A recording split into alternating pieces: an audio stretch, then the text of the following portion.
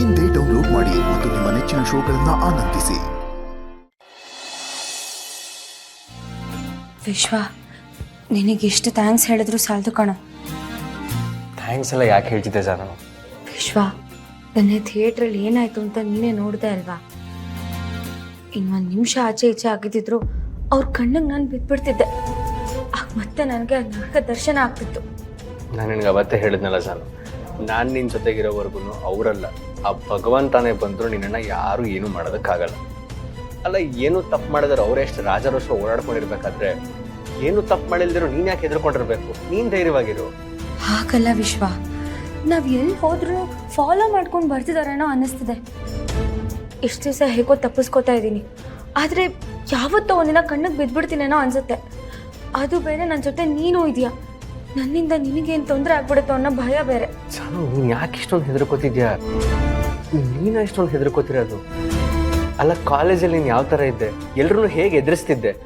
ಯಾರಿಗಾದ್ರೂ ಪ್ರಾಬ್ಲಮ್ ಅಂದ್ರೆ ಗೊತ್ತಾದರೆ ಸಾಕು, ಲೇಡಿ ಸೂಪರ್ ಸ್ಟಾರ್ ಥರ ಹೋಗಿ ಅವ್ರನ್ನೆಲ್ಲ ಹೊಡೆದು ಆ ಪ್ರಾಬ್ಲಮ್ನ ಸಾಲ್ವ್ ಮಾಡ್ತಿದ್ದೆ. ಆದರೆ ಈಗ ಯಾಕೆ ಈ ಥರ ಹೆದರ್ಕೊಂಡಿದ್ಯಾ? ನೀನು ಹಳೆ ಜಾನು ಆಗಲೇಬೇಕು. ನಾನು ಮೊದಲಿನ ಹಾಗಾಗಕ್ಕೆ ಸಾಧ್ಯನೇ ಇಲ್ಲ. ಎಲ್ಲ ಆಗುತ್ತೆ, ನೀನು ಮನ್ಸು ಮಾಡ್ಬೇಕಷ್ಟೇ. ನಾನು ನಿನ್ನ ಜೊತೆಗಿದ್ದೀನಲ್ಲ, ನೀನು ಧೈರ್ಯವಾಗಿರು. ಆಮೇಲೆ ವಿಶ್ವ, ನಾವಿನ್ನು ತಡ ಮಾಡೋದು ಬೇಡ. ಏನಾದರೂ ದೊಡ್ಡದಾಗೋ ಮೊದಲು ನಾವು ಎಚ್ಚೆತ್ಕೋಬೇಕು. ಆದಷ್ಟು ಬೇಗ ಮತ್ತೆ ನಾವು ಚರ್ಚಿಗೆ ಹೋಗೋಣ.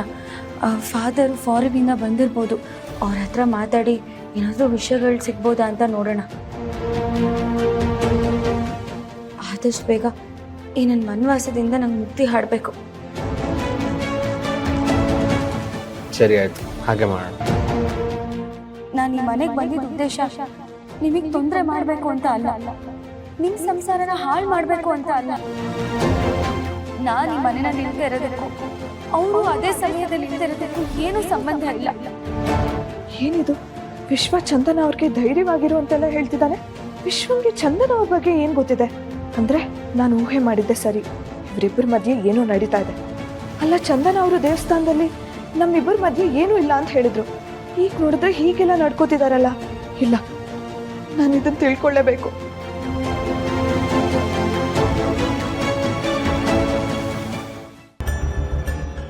ಜಯಂತ್, ಏನಪ್ಪ ನೀನು ಯಾವಾಗಲೂ ಯೋಚನೆ ಮಾಡ್ತಾನೇ ಇರ್ತೀಯ. ಈ ರೀತಿ ಯೋಚನೆಯಲ್ಲಿ ನೆನ್ನೆಯಿಂದ ಏನೂ ತಿಂದಿಲ್ಲ ನೀನು. ಬಾ, ಸ್ವಲ್ಪ ಏನಾದರೂ ಊಟ ಮಾಡು. ಬೇಡ ಶಾಂತಮ್ಮ, ನನಗೀಗೇನು ಬೇಡ. ಏನು ಬೇಡ ಅಂದರೆ ಹೇಗೆ ಹೇಳು? ಸ್ವಲ್ಪ ಅನ್ನ ಮೊಸರಾದರೂ ಊಟ ಮಾಡು ಬಾ. ಬೇಡ ಶಾಂತಮ್ಮ, ನನಗೀಗ ಹೊಟ್ಟೆ ಹಸಿವಿಗಿಂತ ಜಾನ್ವಿಯವ್ರನ್ನ ಯಾವಾಗ ನೋಡ್ತೀನಿ ಅನ್ನೋ ಹಸಿವೆ ಜಾಸ್ತಿ ಆಗಿದೆ. ಆ ಕಾತರಕ್ಕೆ ಒಂದು ಅಂತ್ಯ ಸಿಕ್ಕಿ ಅವ್ರು ನನಗೆ ಸಿಕ್ಕರೆ ಸಾಕು. ಆಗ ನಾನು ಹೊಟ್ಟೆ ತುಂಬ ಊಟ ಮಾಡ್ತೀನಿ, ನನ್ನ ಮೈಗೂ ಹತ್ತುತ್ತೆ ಅನಿಸುತ್ತೆ. ನೀನು ಹೀಗೆ ಯೋಚನೆ ಮಾಡಿ ನಿನಗೇನಾಗುತ್ತೋ ಅನ್ನೋ ಭಯ ನನಗೆ ಕಾಡುತ್ತೆ. ನಿನ್ನ ಆರೋಗ್ಯದ ಗತಿ ಏನಾಗಬೇಡ ಹೇಳು. ಅವಳು ಬದುಕಿಲ್ಲ ಅಂತ ಗೊತ್ತಿದ್ದಾಗ ನಿನ್ನಲ್ಲಿ ಸ್ವಲ್ಪ ಗೆಲುವಿತ್ತು. ಈಗ ಅವಳು ಬದುಕಿದ್ದಾಳೆ ಅಂತ ಗೊತ್ತಾದ ಮೇಲೆ ನೀನು ನೋಡೋಕ್ಕೆ ಆಗ್ತಿಲ್ಲ ನನಗೆ. ಅವಳು ಎಲ್ಲಿದ್ದಾಳೆ, ಏನು ಮಾಡ್ತಿದ್ದಾಳೆ, ಯಾವಾಗ ಸಿಗ್ತಾಳೆ ಅಂತ ಯೋಚನೆ ಮಾಡ್ತಾನೇ ಇರ್ತೀಯ.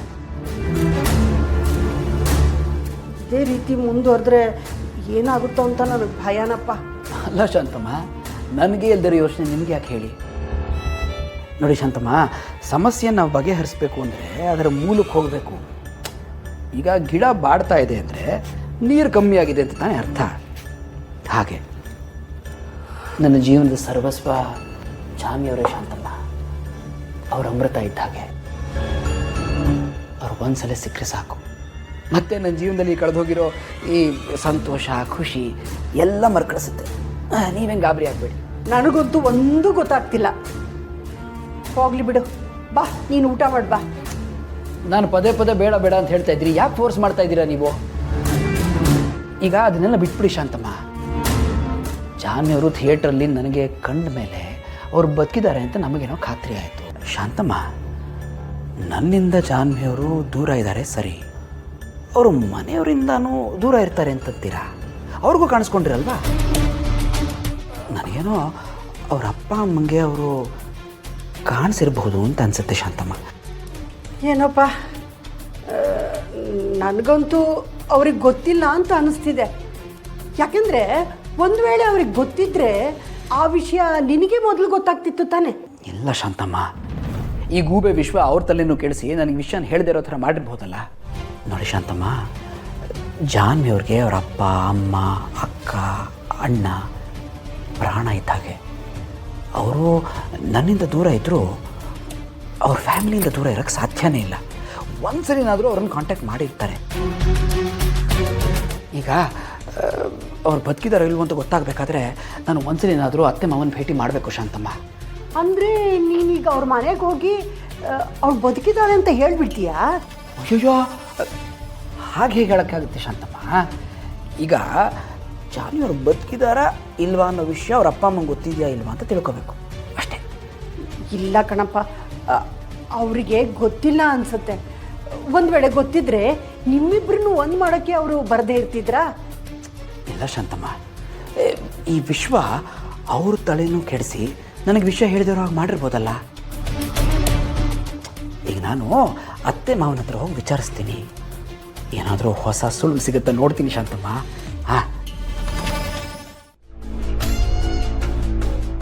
ಓಹೋ, ಏನಯ್ಯ ದೊಡ್ಡ ಮನುಷ್ಯ, ಮತ್ತೆ ಯಾಕೆ ನಮ್ಮನೆ ಕಡೆ ಬರೋಕ್ಕೋದೆ? ಅವತ್ತೇ ಎಲ್ಲ ಕಡ್ಕೊಂಡು ಹೋಗಿದ್ದಾಯ್ತಲ್ಲ, ಇನ್ಯಾಕೆ ಬರೋಕ್ಕೋದೆ ಇಲ್ಲಿಗೆ? ಏನೇ ಅಂತ ಕೆಲಸ ನಿನಗಿಲ್ಲಿ? ನೋಡಿ, ದಯವಿಟ್ಟು ಪದೇ ಪದೇ ಬಂದು ನಮ್ಮ ನೆಮ್ಮದಿನ ಹಾಳು ಮಾಡಬೇಡಿ. ನಮ್ಗೆ ಯಾರಿಗೂ ನಿಮ್ಗಳ ಮುಖ ನೋಡೋದಕ್ಕೆ ಇಷ್ಟ ಇಲ್ಲ. ಅಯ್ಯ, ಸುಮ್ಮನೆ ಬರೋದಕ್ಕೆ ನನಗೇನು ಹುಚ್ಚಿಡ್ದಿದ್ದೇನ್ರಿ? ನಾನೇ ನಿಮ್ಮ ಮುಖಗಳನ್ನ ನೋಡ್ಕೊಂಡು ಹೋಗೋದಕ್ಕೆ ಬಂದಿಲ್ಲ. ಪರ್ಮನೆಂಟಾಗಿ ನಿಮ್ಮ ಮುಖಗಳನ್ನ ನೋಡಬಾರ್ದು ಹಾಗೆ ಮಾಡೋದಕ್ಕೆ ಬಂದಿದ್ದೀನಿ. ಅದೆಲ್ಲ ಬರೀ ಬಾಯಿ ಮಾತಾಡಿದ್ರೆ ಆಗಲ್ಲ, ಬುಡ ಸಮೇತ ಕಿತ್ತಾಕ್ಬೇಕು. ಕೋಟಿ ಕೊಟ್ಟರು ನಿಮ್ಮ ಸಹವಾಸ ಮಾತ್ರ ನಮಗೆ ಬಂದ. ಹಾಗಾದ್ರೆ ಏನು ಹೇಳಬೇಕಿತ್ತೋ ತಾವು? ನೋಡಿ, ಹೀಗಾಗಿ ಹೋಯ್ತು. ನಮ್ಮ ತಂಗಿನ ಕ್ಷಮಿಸಿ ನಿಮ್ಮ ಮನೆಗೆ ವಾಪಸ್ ಕಸ್ಕೊಳ್ಳಿ ಅಂತ ಹೇಳೋದಕ್ಕೆ ಬಂದಿದ್ದೀನಿ ಅಂತ ಅನ್ಕೊಂಡ್ರಾ? ಖಂಡಿತ ಅಲ್ಲ. ನನ್ನ ತಂಗಿ ಈ ಮನೆ ಹೊಸಲು ತುಳಿಯಲ್ಲ ಅಂತ ಅವಳೇ ಡಿಸೈಡ್ ಮಾಡಿದ್ದಾಳೆ. ನೀನು ಯಾಕೆ ಹೋಗ್ತೀಯಾ? ಪೋಸ್ಟ್ ಮಾಡು ಅಂತ ಹೇಳಿದ್ಲು. ನಾನು ಬೇಡ, ನನಗೆ ಮಾನ ಮರ್ಯಾದೆ ಹೋದ್ರೂ ಪರವಾಗಿಲ್ಲ ಅಂತೇಳಿ ಕೊಡೋದಕ್ಕೆ ಬಂದಿದ್ದೀನಿ. ಪೋಸ್ಟಾ? ಏನು ಪೋಸ್ಟ್ ಅದು? ಇನ್ನೇನ್ರಿ ಇರುತ್ತೆ, ಡಿವೋರ್ಸ್ ಪೇಪರ್.